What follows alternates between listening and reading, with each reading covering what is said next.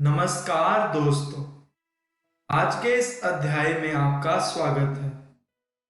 आज हम रसायन विज्ञान की कक्षा 11वीं का पाठ नंबर 2 पढ़ेंगे, जिसका नाम है परमाणु की संरचना भाग 2।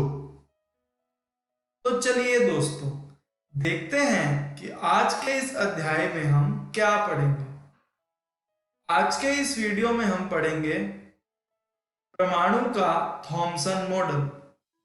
उसके बाद हम पढ़ेंगे रदरफोर्ड का नाभिकीय परमाणु मॉडल और आखिर में हम पढ़ेंगे समस्थानिक एवं समभारिक। तो चलिए दोस्तों, शुरू करते हैं अपने आज के पहले विषय से, परमाणु का थॉमसन मॉडल। जे थॉमसन ने परमाणु का मॉडल दिया, जिसे प्लम पुडिंग मॉडल के नाम से भी जाना जाता है।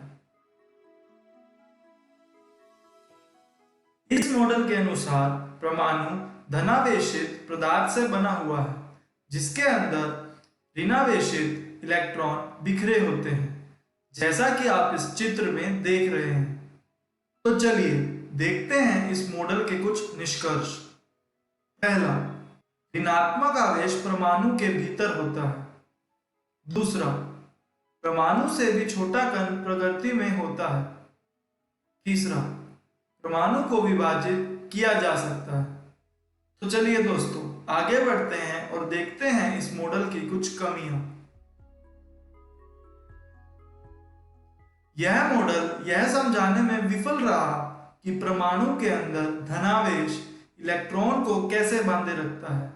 दूसरा, इस मॉडल ने परमाणु के नाभिक के बारे में भी नहीं बताया। तो इसी के साथ परमाणु का थॉमसन मॉडल यहीं पर समाप्त होता है। चलिए बढ़ते हैं अपने अगले विषय की तरफ, रदरफोर्ड का नाभिकीय परमाणु मॉडल। उससे पहले हम पढ़ेंगे रदरफोर्ड का अल्फा कण प्रकीर्णन प्रयोग। रदरफोर्ड के प्रयोग के अंतर्गत लगभग 2000 परमाणु की मोटाई की एक पतली स्वर्ण परत पर छोटे धनावेशित अल्फा कणों की बौछार की गई, जैसा कि आप इस चित्र में देख रहे हैं।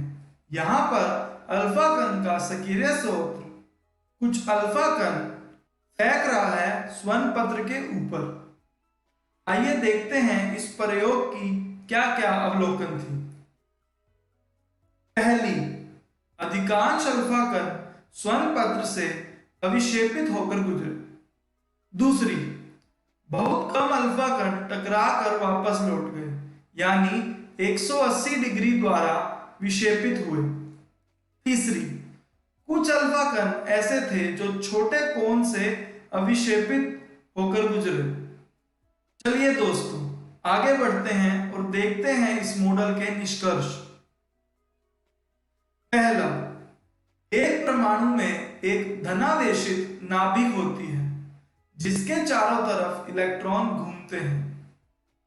दूसरा, इलेक्ट्रॉन और नाभिक कोलंबिक आकर्षण के बल द्वारा आपस में बंधे होते हैं, जैसा कि आप इस चित्र में देख रहे हैं। यहां पर एक नाभिक जो कि परमाणु के बिल्कुल बीचों बीच है और उसके ऊपर धनावेशित आवेश है। दूसरी तरफ इलेक्ट्रॉन जिसके ऊपर ऋणात्मक आवेश है, वो उस नाभिक के ऊपर ऑर्बिट में चारों तरफ चक्कर लगा रहा है। दोस्तों, आगे बढ़ते हैं और देखते हैं इस मॉडल की कुछ कमियां। पहली, यह परमाणु की इलेक्ट्रॉनिक संरचना के बारे में कुछ नहीं बता पाया था। दूसरी, यह स्पेक्ट्रा की लाइन की व्याख्या नहीं कर सका। तो चलिए दोस्तों, बढ़ते हैं अपने अगले विषय की तरफ, परमाणु संख्या। परमाणु में प्रोटॉन की संख्या को उसकी परमाणु संख्या कहा जाता है, यानी कि परमाणु संख्या बराबर होती है कुल प्रोटॉन की संख्या के। चलिए दोस्तों, आगे बढ़ते हैं। द्रव्यमान संख्या। परमाणु में प्रोटॉन और न्यूट्रॉन की कुल संख्या को इसका द्रव्यमान संख्या कहा जाता है। यानी कि द्रव्यमान संख्या बराबर होती है प्रोटॉन की कुल संख्या जमा न्यूट्रॉन की कुल संख्या के। तो चलिए दोस्तों, बढ़ते हैं अपने अगले विषय की तरफ। समस्थानिक। समस्थानिक एक तत्व के वो परमाणु होते हैं जिनकी परमाणु संख्या समान होती है मगर द्रव्यमान संख्या भिन्न होती है। एक ही तत्व के समस्थानिक एक दूसरे से केवल न्यूट्रॉन की संख्या में भिन्न होते हैं। आइए देखते हैं समस्थानिक के उदाहरण। हाइड्रोजन के समस्थानिक। दोस्तों, प्रकृति में हाइड्रोजन के 3 समस्थानिक पाए जाते हैं। पहला प्रोटियम, दूसरा ड्यूटेरियम और तीसरा ट्रिटियम। आइए इनके बारे में जानते हैं।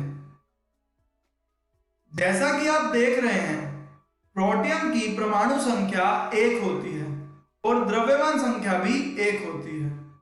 ड्यूटेरियम की परमाणु संख्या भी 1 होती है जबकि द्रव्यमान संख्या 2 होती है। ट्रिटियम की परमाणु संख्या भी 1 होती है लेकिन द्रव्यमान संख्या 3 होती है।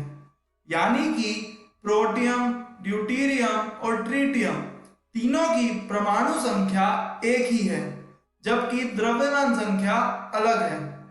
इसीलिए इन्हें हाइड्रोजन के समस्थानिक कहते हैं। चलिए दोस्तों, आगे बढ़ते हैं।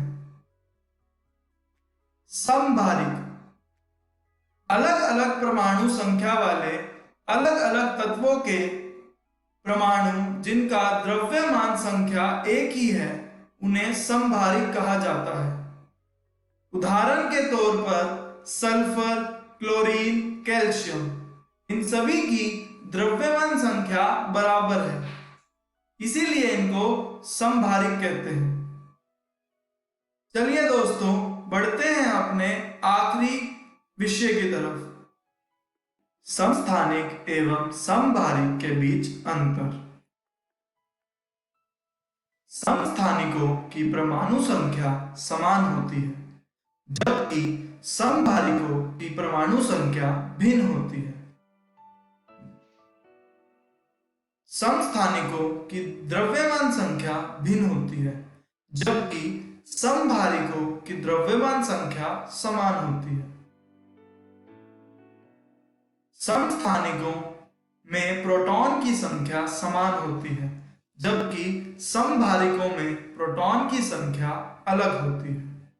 तो दोस्तों, इसी के साथ ये अध्याय यहीं पर समाप्त होता है।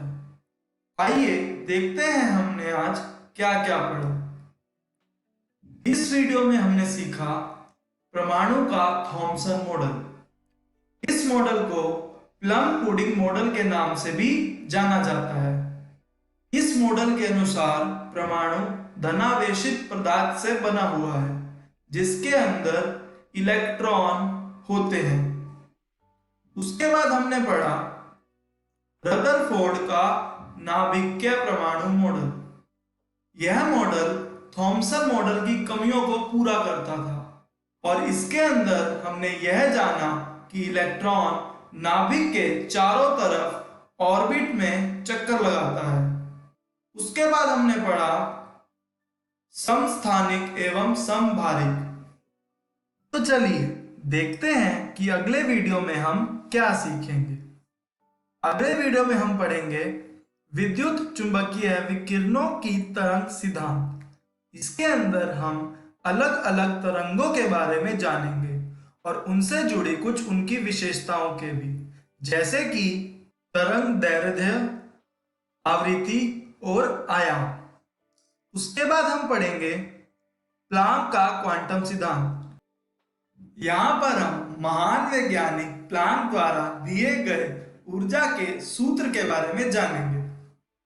तब तक आप इस वीडियो में दिए गए प्रश्नों का अभ्यास कर लीजिएगा। धन्यवाद।